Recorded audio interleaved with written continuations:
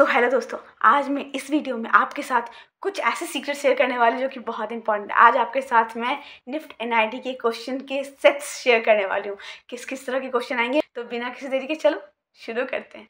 Hello दोस्तों and welcome to bonus wings. आज मैं आपके साथ वो क्वेश्चन पेपर कैसे शेयर करने वाले हैं, क्या क्या चीज़ें हैं जिन पे आपको ध्यान देना है उन क्वेश्चन पेपर को सॉल्व करने से पहले। सबसे पहले गाइस, पोस्टर्स, इनको अच्छे से देख लो। कहीं पर भी जा रहे हो, अभी कितने सारे सोशल मीडियाज़ है, वहाँ पर जाकर चेक करो। काफ़ी सारे सेट ऑफ पोस्टर्स, एक बार अपने माइंड में आइडियाज़ निकाल लो, अपने माइंड में आइडियाज़ रख लो, ठीक है, ताकि वो जब मैं आपको ये क्वेश्चन बताऊंगी ना, उन क्वेश्चंस को बनाने में हेल्प हो, ठीक है। जितने ज़्यादा आइडिया आपके पास होंगे उतना ज़्यादा आपको हेल्प होगा। तो basically ideas as much as possible अपने माइंड में स्टोर करना शुरू कर दो, ठीक है। एक मंथ में आपको बहुत फ़ायदा होगा इस एक ट्रिक से, ठीक है। इसके बाद सेकंड पॉइंट पे आते हैं। आपको मैस्कट्स पे ध्यान देना है, आपको लोगोज पे ध्यान देना है, ठीक है। सबसे ज़्यादा मैस्कट्स, अभी आपको पता है ना फीफा हुआ था, क्या था उसके मैस्कट का नाम, क्या आपको पता है? अगर नहीं तो जाओ पता करो, ठीक है। आपको पता होना चाहिए मैस्कट क्या होता है, मैस्कट कैसे बनाते हैं। एंड बेसिकली मैस्कट जब भी आप बनाते हो ना, वो एक ह्यूमन बीइंग पहनता है, ठीक है। तो आपको ध्यान देना होगा कि जब आप वो बना रहे हो तो आप उस एक पैरामीटर को नहीं भूल सकते हो, ठीक है।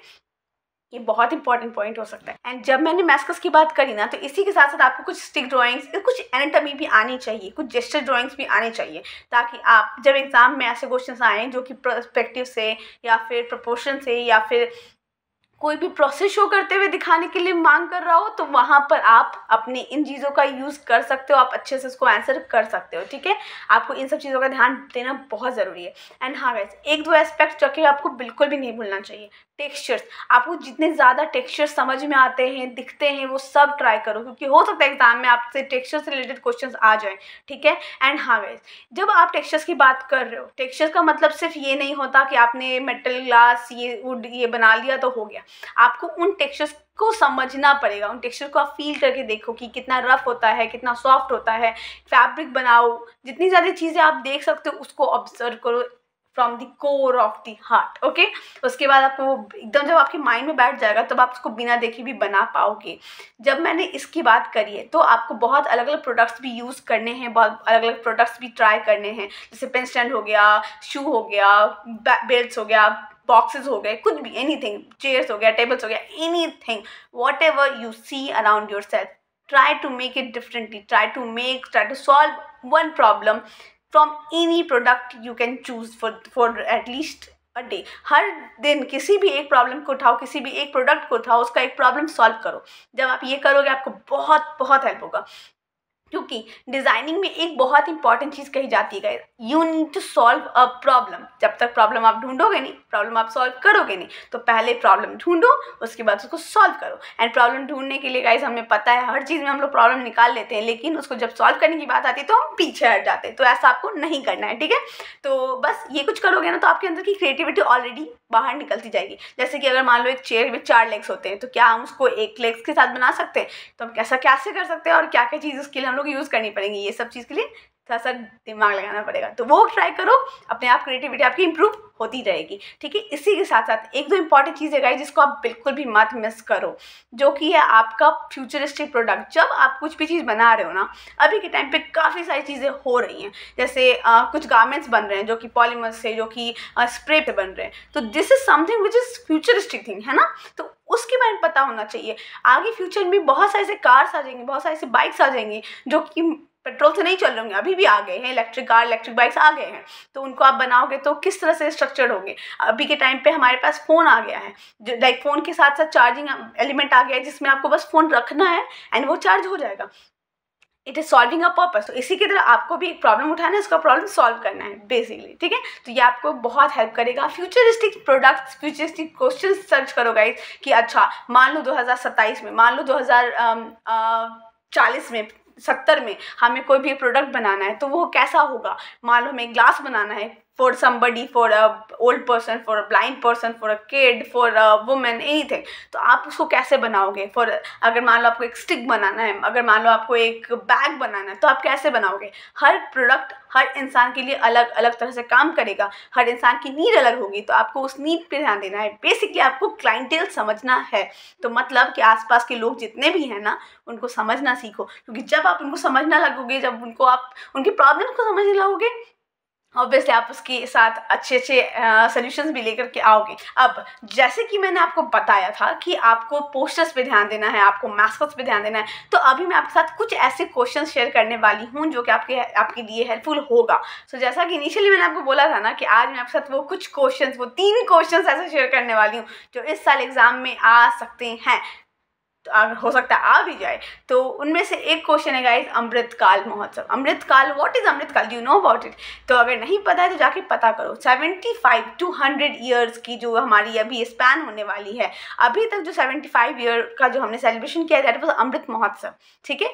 75 to 100 ईयर्स जो हमारा इंडिया का स्पैन होने वाला है उसको हम लोग अमृतकाल के नाम से बुलाने वाले हैं, ठीक है। गवर्नमेंट के द्वारा ये चीज़ अनाउंस की गई है। सो अमृतकाल से रिलेटेड क्वेश्चन आ सकता है। एंड उसी के साथ साथ हमें पता है कि इलेक्ट्रिक कार कितना ज़्यादा ट्रेंड में, हम सबको मालूम है इलेक्ट्रिक कार्स आने वाली इंडिया में, बुलेट आने वाला है इंडिया में। तो जब ये चीज़ें आने वाली हैं इंडिया में तो उससे रिलेटेड क्वेश्चंस आ सकते हैं, व्हाई नॉट। एंड हाँ गाइस, कुछ ऐसे क्वेश्चंस हैं जो बहुत बेसिक है, जैसे रोड सेफ्टी, इससे रिलेटेड क्वेश्चन बहुत ही ज़्यादा फ्रिक्वेंटली आ जाते हैं एंड हो सकता है आ जाएँ, ठीक है। उन पर आपको ध्यान देना है। अगर मान लो अगर आप रोड सेफ्टी से रिलेटेड कोई पोस्टर बना रहे हो तो कैसा बनाओगे, ठीक है, इन पर ध्यान देना है। एंड हाँ गाइस, जब मैं पोस्टर्स की बात कर रही हूँ तो वहाँ पर आपको कलर स्कीम को नहीं भूलना है।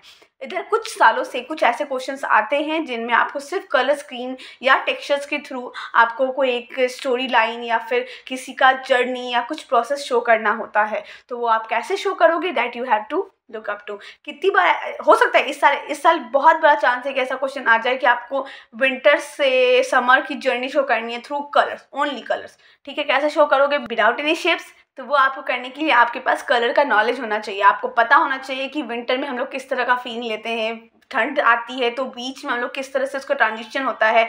तो आपको वो पूरी जर्नी शो करनी है थ्रू कलर्स ओनली। कैसे करोगे, up to you.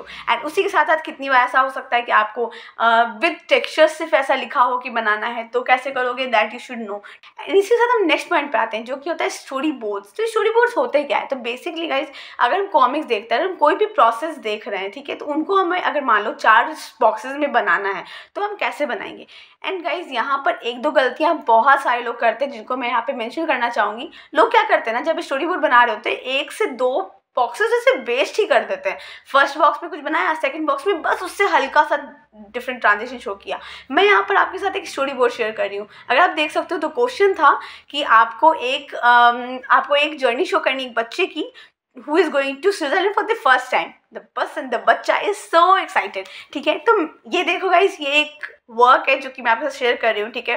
And guys, अगर आप चाहते हो कुछ बनाना तो आपको उसके लिए माइन्यूट डिटेल्स का ध्यान देना पड़ेगा कि क्या क्या चीज़ें वहाँ पर दिख सकती हैं, क्या क्या चीज़ें वहाँ पर होनी चाहिए, ठीक है।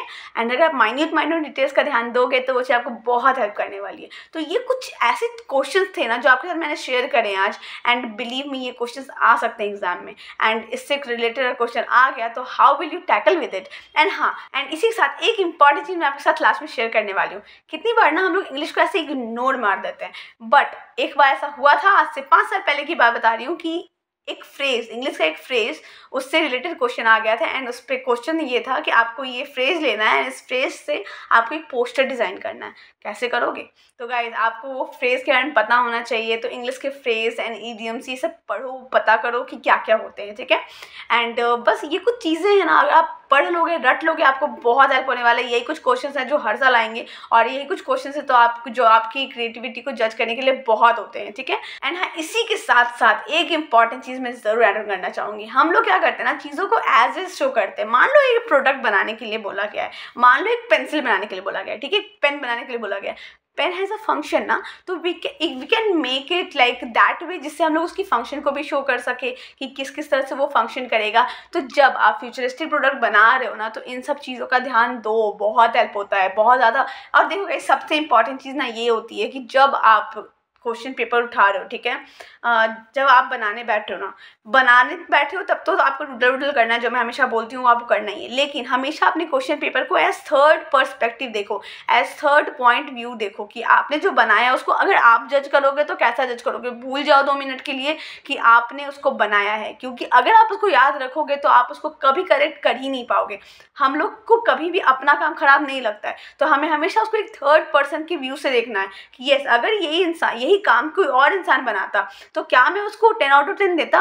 अगर हाँ, तो ही आप उस क्वेश्चन को, उस काम को उतना वैल्यू कर सकते हो। क्योंकि देखो गाइस, जब तक उस क्वेश्चन को आप थर्ड पर्सपेक्टिव से नहीं देखोगे, शायद आप सोचोगे नहीं कि उसमें कोई गलती है, आपको लगेगा ही, जो भी आप बनाओगे आपको वो परफेक्ट लगेगा। तो परफेक्ट काम आप क्रिटिसाइज नहीं कर पाओगे, आप उसको सही तरह से जज नहीं कर पाओगे अपने काम को, ठीक है। वो स्किल होना, वो जजमेंट स्किल होना बहुत ज़रूरी है when you are doing your work, ठीक है।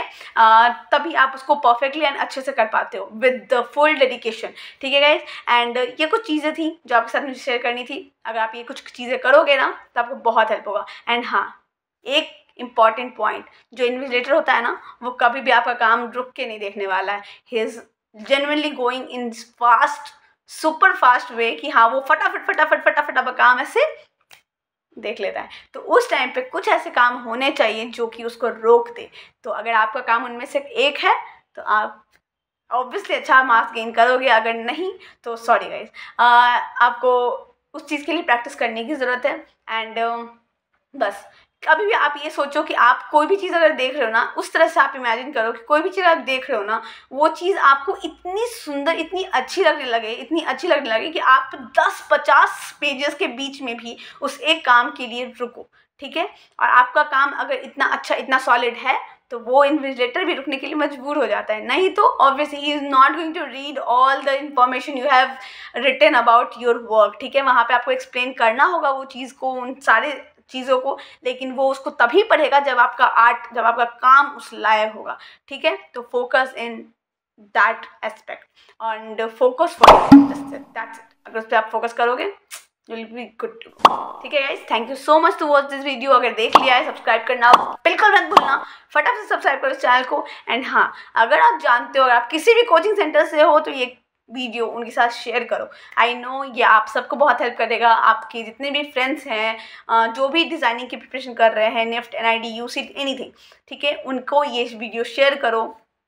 दिट will be beneficial for others also. And competition तगड़ा होना चाहिए गाइस आपकी तरफ से भी। एंड ऑब्वियसली अच्छे लोगों के साथ कम्पीट करोगे तो आपको भी एक मोटिवेशन मिलता है, तो वो चीज़ कहीं भी मरनी नहीं चाहिए, ठीक है। एंड अपने काम में साथ शेयर करते रहा करो। It feels good when you share your work. आपके पास में Instagram ID है ना? नहीं है तो डिस्क्रिप्शन बॉक्स में डाला हुआ है, चेक कर लेना, ठीक है। वहाँ पर जाकर अपना काम अपने साथ शेयर कर सकते हो। I will be glad to see your work and for sure मैं उस पर जल्द से जल्द कमेंट करूँगी। एंड हाँ गाइज, अगर आप चाहते हो निफ्ट NID की प्रिपरेशन करना ना, तो बस वेरी मिनिमम प्राइस में गाइस हमारा एक न्यू टारगेट बैच स्टार्ट हो चुका है, जो कि जनवरी से लेकर फरवरी तक चल रहा है। वो इस कोर्स में सिर्फ मैं आपको उन एस्पेक्ट्स के बारे में बताने वाली हूँ विद डिटेल, जो कि आपके लिए एग्ज़ाम में आपके मार्क्स को 6000 से 6 तक ला सकते हैं, ठीक है। तो क्या क्या चीज़ें हैं एंड कैसे आप उसके बारे में जानोगे वो आपको पता चलेगा। बस आपको करना है इस नंबर पे कांटेक्ट, एंड उसके बाद आप जुड़ सकते हो बाउंडेड स्विंग्स के साथ। एंड बस गाइस, बहुत कम फीस रखी है हमने for this whole batch. And अगर आप चाहते हो ज्वाइन करना तो सी यू सून। बस 1 मंथ है गाइस, बिना किसी देरी के एंड बिना किसी डिस्ट्रैक्शन के ज्वाइन करो इस बैच को। तो बस keep practicing and see you soon. Subscribe